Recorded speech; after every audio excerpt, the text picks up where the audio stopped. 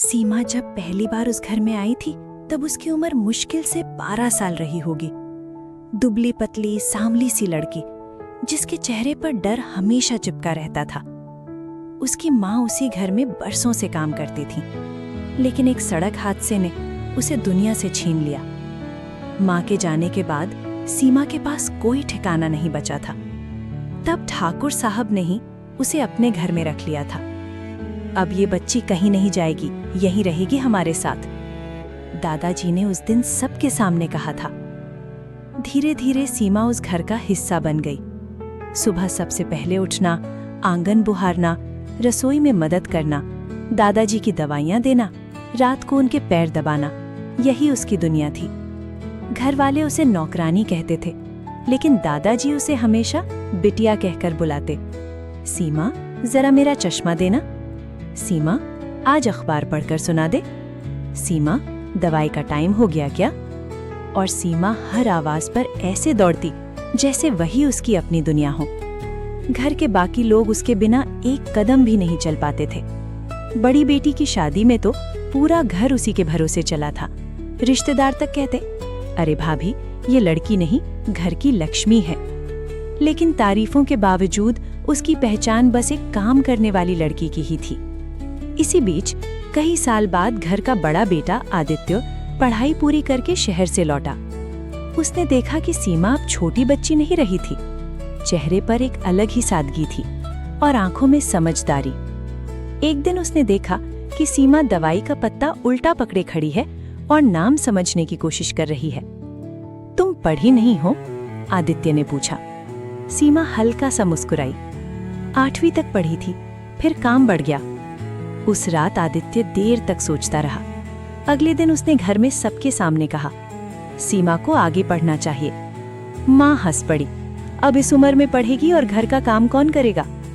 काम तो चलता रहेगा माँ, लेकिन अगर इसे पढ़ा देंगे तो कल हमारे ही काम आएगा। अस्पताल जाना हो, बैंक का काम हो, हिसाब किताब हो, हर चीज में मदद कर पाएगी। दादाजी ने तुरंत हामी भर दी। बिल्कुल पढ़ेगी मेरी बिटिया। पहल पहल सीमा किताबों से डरती थी। दिन भर काम के बाद रात को नींद से आंखें बंद होने लगती थीं, लेकिन आदित्य रोज उसके लिए समय निकालता। गलती करने से मत डरना, पढ़ाई शर्म नहीं, ताकत देती है। धीरे धीरे सीमा बदलने लगी। अब वो सिर्फ घर संभालने वाली लड़की नहीं रही थी। उसने 10वीं पास की, फिर 12वीं और फिर प्राइवेट से ग्रेजुएशन भी।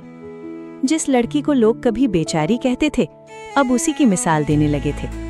दादाजी गर्व से कहते, मेरी पोतियां तो शादी करके चली गईं, लेकिन मेरी असली शान ये लड़की है।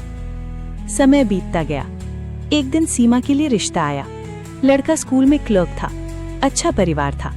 घर वाले खुश हो गए, लेकिन आदित्य चुप था। उसने सीमा को बुलाकर पूछा, तुम खुश हो इस रिश्ते से? सीमा ने सिर झुका लिया। आप लोग जो ठीक समझे। आदित्य थोड़ा सख्त स्वर में बोला, नहीं, ये जवाब नहीं है। जिंदगी तुम्हें बितानी है। अगर मन में जरा भी डर या सवाल हो तो साफ बोलो। सीमा की आंखें भर आईं। शायद पहली बार किसी ने उसकी इच्छा पूछी थी। कुछ दिनों बाद लड़के वालों को घर बुलाया गया। आदित्य पूरे समय चुपचाप सब देखता रहा। लड़की की माँ बार बार पूछ रही थी, लड़की को घर का काम तो आता है ना? तब दादाजी मुस्कुराए। काम तो इतना आता है कि पूरा घर संभाल ले, लेकिन हमारी बिटिया सिर्फ काम करने के लिए नहीं पढ़ी है, उसे सम्मान भी चाहिए। कमरे में सन्नाटा छा गया। शायद पहली बार किसी ने एक काम वाली लड़की के लिए इतनी मजबूती से बात की। सीमा की शादी बड़े धूमधाम से हुई, बिल्कुल घर की बेटी की तरह। विदाई के समय वो दादाजी से लिपटकर फूट फूट कर रो पड़ी। दादाजी, अगर उस दिन आप मुझे सहारा न देते तो शायद मैं कहीं खो जाती।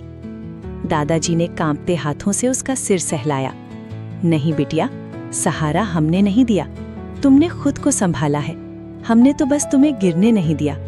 फिर मुस्कुराकर बोले, एक बात हमेशा याद रखना, जिस घर में जाओ वहां काम से पहले अपना व्यवहार छोड़ना, क्योंकि इंसान की असली पहचान उसके कपड़े या हैसियत नहीं, उसका दिल होता है।